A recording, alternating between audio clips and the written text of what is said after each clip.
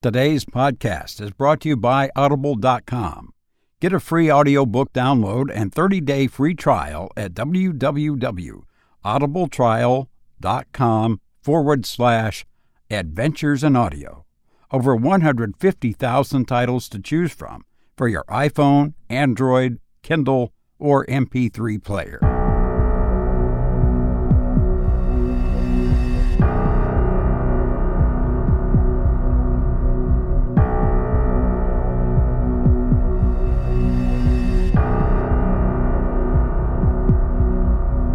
Hello, my friend, and welcome to Short Stories, a production of adventuresinaudio.net. I'm Robert Crandall, your host. It's nice to have you with me. This podcast can be found on iTunes, Stitcher, TuneIn, Podcast Directory, and other directories, and of course on the website adventuresinaudio.net. The story on this episode was written by Robert E. Howard. And we'll have more on Robert E. Howard in a minute, but first I want to remind you of Audible.com's free audiobook offer. If you take advantage of their free 30-day trial, you can get a free audiobook. Take audiobooks anywhere on your smartphone, tablet, or laptop, and you can switch seamlessly between devices without losing your place. And you can download the free mobile apps for iPhone and Android, and download audiobooks for offline listening or stream instantly over Wi-Fi and 3G. You'll find thousands of bestsellers, new releases, and classic favorites. And you'll find several by Robert E. Howard by Robert E. Howard on Audible.com. He had a character called Conan, and one of the books is called The Bloody Crown of Conan. Very action-packed, swashbuckling adventure in any of the Conan stories by Robert E. Howard. And there are many others as well, and they're all on Audible.com. And I invite you to take a look at them and see which one you like. Here's one with several authors called Macabre Tales, 70 Ghoulish and Unearthly Short Stories. Robert E. Howard, E.F. Benson, H.P. Lovecraft, Richard Middleton, and some others. So over 150,000 titles to choose from on Audible.com. So to take advantage of the 30-day free trial and to get a free audiobook, just go to audibletrial.com/adventures in audio. Now, Robert E. Howard, Wikipedia says he was an American author who wrote pulp fiction in diverse range of genres. He's well known for the character I mentioned, Conan the Barbarian. He's considered the father of the sword and sorcery subgenre. I narrated a Conan story called The Queen of the Black Coast for another website a few years ago. And that was a Conan the Barbarian, and lots of action and intrigue. And I think you'll like his stories, and we will feature more on this podcast. I have three things in common with Robert E. Howard. First, I'm also a Robert E. And Mr. Howard wore a hat. I wear a hat as well. And we were both born in January. He being born on the 22nd, and I was born on New Year's Day. A pretty cool birthday, huh? Yeah. I used to think so. He kind of felt a little special. But now, as the years pile up, it's like, oh no, another birthday around the corner already. And I can't just space it out. It's like the whole world stops and celebrates. It's almost like a curse. But anyway, Robert E. Howard, it's a tragic story about him. He committed suicide, unfortunately. He was born in Texas, was into boxing and bodybuilding, and he dreamed of becoming a writer of adventure stories. Didn't have any success until he was about 23, and thereafter until his death at age 30 by suicide. His writings were published in a wide selection of magazines, journals, and newspapers in several genres. And the main outlet for his stories was that pulp magazine called Weird Tales, which was, in the Depression era, it was the magazine of the time. And he created Conan the Barbarian, a character whose cultural impact has been compared to Batman, Count Dracula, James Bond, Sherlock Holmes, and Tarzan. And there's been movies about Conan, and it's been very successful. It's just such a sad story. His suicide and the circumstances surrounding it have led to speculation about his mental health. His mother had been ill with tuberculosis for his entire life, and when he heard that she went into a coma and wasn't expected to recover, he got a gun and walked out to his car and shot himself in the head. So sad. His stories are very, very good, and we're going to hear one today on this podcast I think you'll like. It's a story about two men who come upon a tavern. They're way out into this forest, and they come across this tavern that has a very eerie name, very mysterious, kind of scary name. And what happens is, you'll see. Lots of intrigue and betrayal and death. So let's listen now to Rattle of Bones by Robert E. Howard.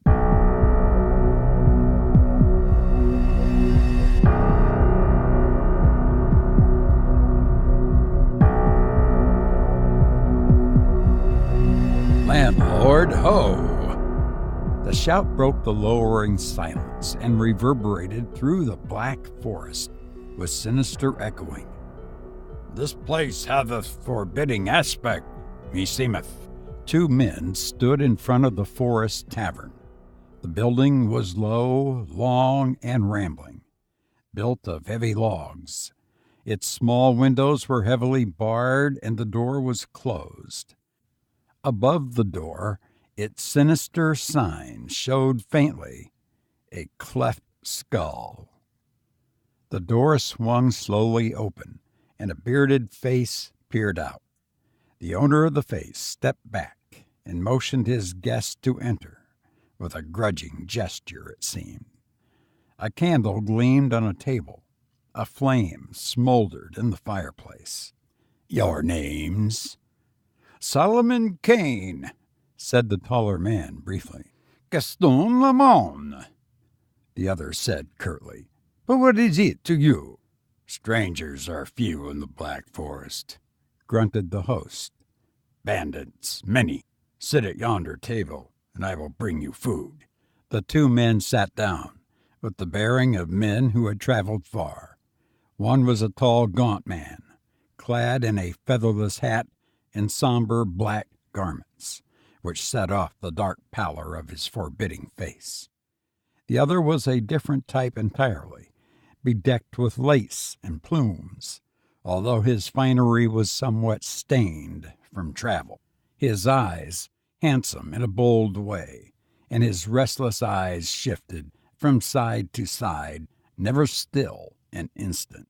The host brought wine and food to the ruffian table, and then stood back in the shadows like a somber image, his features now receding into vagueness, now luridly etched in the firelight as it leaped and flickered, were masked in a beard which seemed almost animal-like in its thickness.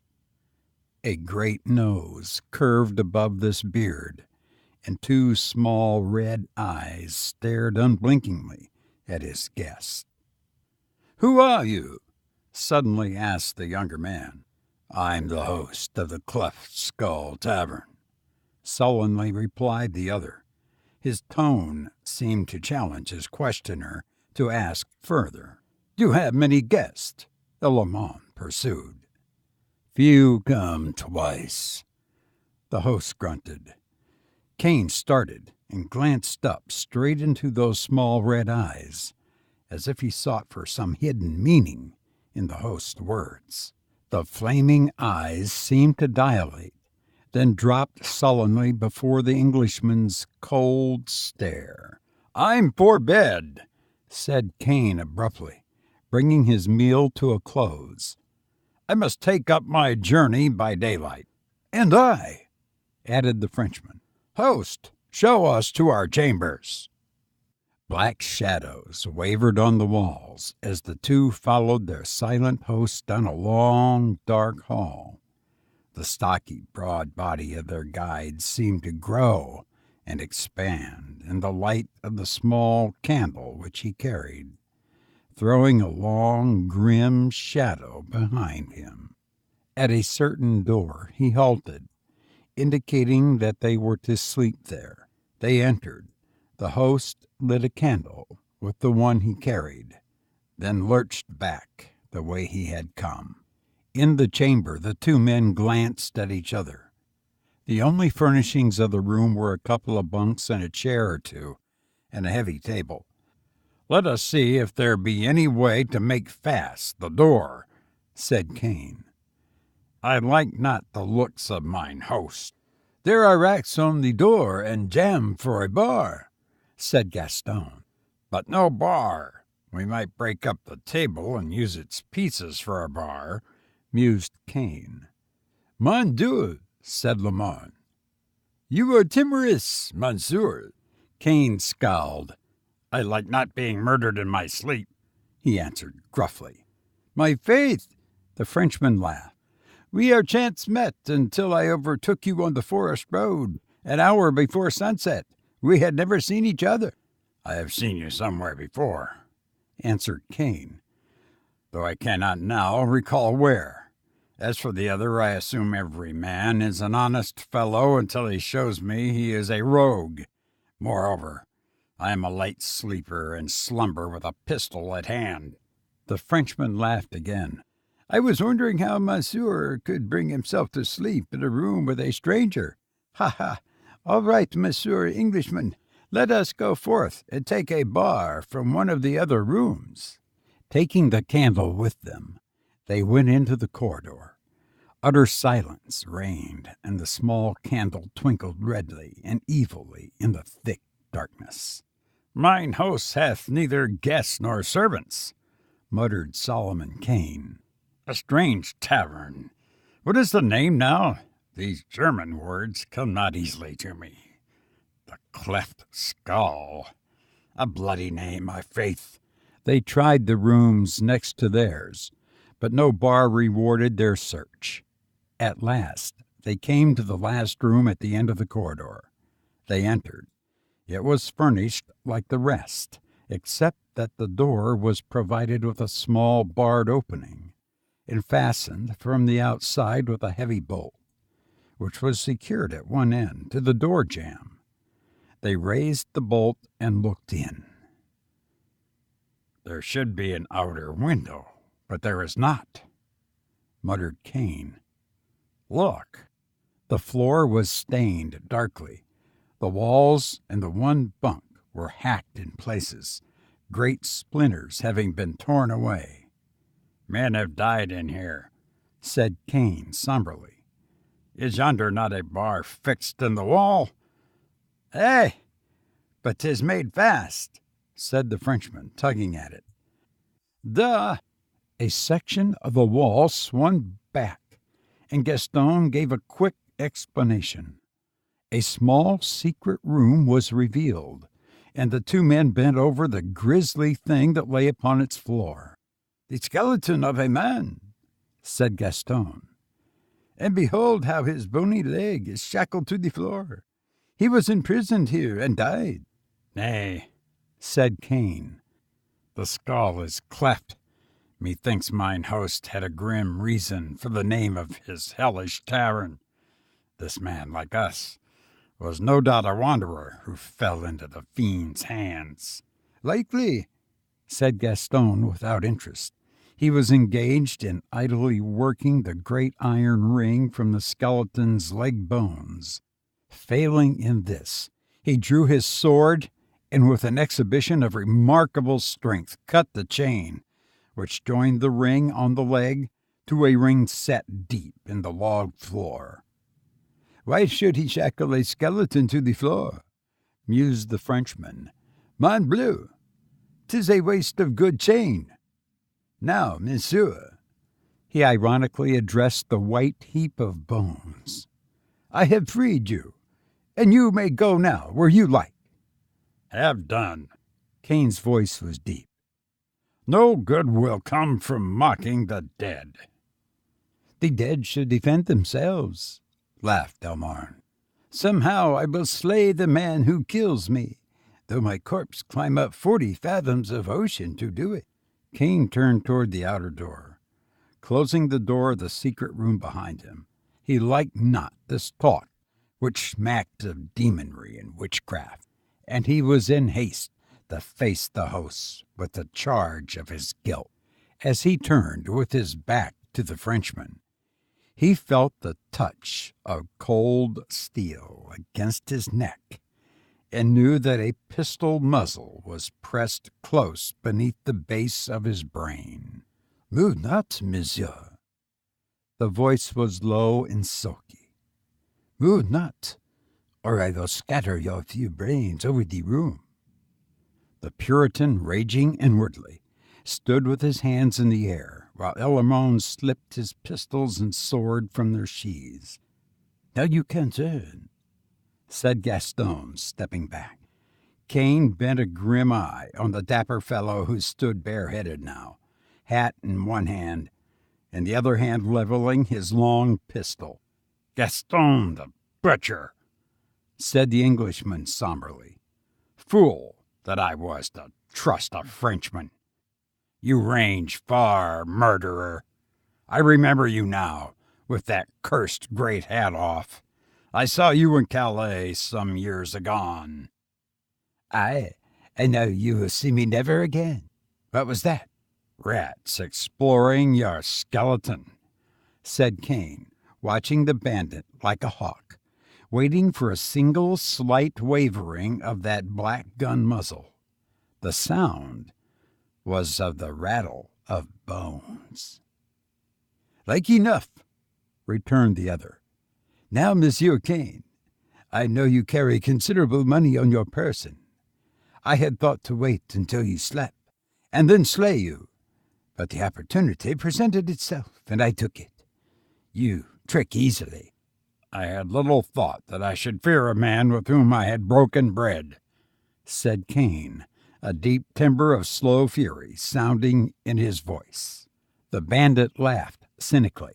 His eyes narrowed as he began to back slowly toward the outer door. Kane's sinews tensed involuntarily. He gathered himself like a giant wolf about to launch himself into a death leap. But Gaston's hand was like a rock, and the pistol never trembled. We will have no death plunges after the shot, said Gaston. Stand still, monsieur. I have seen men killed by dying men, and I wish to have distance enough between us to preclude that possibility. My faith, I will shoot you. You will roar and charge, but you will die before you reach me with your bare hands. And mine host will have another skeleton in his secret niche. That is, if I do not kill him myself. The fool knows me not, nor I him. Moreover, the Frenchman was in the doorway now, sighting along the barrel. The candle, which had been stuck in a niche on the wall, shed a weird and flickering light which did not extend past the doorway. And with the suddenness of death, from the darkness behind Gaston's back, a broad, vague form rose up, and a gleaming blade swept down. The Frenchman went to his knees like a butchered ox, his brains spilling from the cleft skull. Above him towered the figure of the host, a wild and terrible spectacle, still holding the hanger with which he had slain the bandit. "Ho, ho!" he roared. "Back!" Cain had leaped forward as Gaston fell, but the host thrust into his very face a long pistol, which he held in his left hand. "Back!" he repeated in a tigerish roar, and Cain retreated from the menacing weapon and the insanity in the red eyes. The Englishman stood silent, his flesh crawling as he sensed a deeper and more hideous threat than the Frenchman had offered.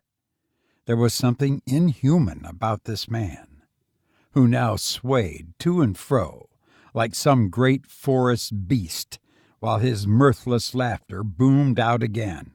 "Gaston, the butcher!" he shouted, kicking the corpse at his feet. "Ho, ho! My fine brigand will hunt no more. I'd heard of this fool who roamed the Black Forest. He wished gold, and he found death. Now your gold shall be mine, and more than gold, vengeance. I am no foe of yours." Cain spoke calmly. "All men are my foes. Look, the marks of my wrist. See the marks of my ankles. And deep in my back, the kiss of the knout, and deep in my brain, the wounds of the years of the cold, silent cells, where I lay as punishment for a crime I never committed." The voice broke into a hideous, grotesque sob. Cain made no answer. This man was not the first he had seen, whose brain had shattered amid the horrors of the terrible continental prisons. "But I escaped." The scream rose triumphantly. "And here I make war on all men." What was that? Did Cain see a flash of fear in those hideous eyes? "My sorcerer is rattling his bones," whispered the host, then laughed wildly. "Dying, he swore his very bones would weave a net of death for me. I shackled his corpse to the floor, and now deep in the night I hear the bare skeleton clash and rattle as he seeks to be free. And I laugh. Ho, ho! How he yearns to rise and stalk like old King Death along these dark corridors when I sleep, to slay me in my bed." Suddenly the insane eyes flared hideously. "You were in that secret room. You and this dead fool. Did he talk to you?" Cain shuddered in spite of himself. Was it insanity? Or did he actually hear the faint rattle of bones, as if the skeleton had moved slightly? Cain shrugged his shoulders. Rats will even tug at dusty bones. The host was laughing again. He sidled around Cain, keeping the Englishman always covered, and with his free hand opened the door. All was darkness within, so that Cain could not even see the glimmer of the bones on the floor. "All men are my foes," mumbled the host, in the incoherent manner of the insane. "Why should I spare any man? Who lifted a hand to my aid when I lie for years in the vile dungeons of Karlsruhe, and for a deed never proven? Something happened to my brain then. I became as a wolf, a brother of these of the Black Forest to which I fled when I escaped. They have feasted, my brothers, on all who lay in my tavern, all except this one who now clashes his bones, this magician from Russia, lest he come stalking back through the black shadows when night is over the world and slay me. For who may slay the dead? I stripped his bones and shackled him. His sorcery was not powerful enough to save him from me, but all men know that a dead magician is more evil than a living one.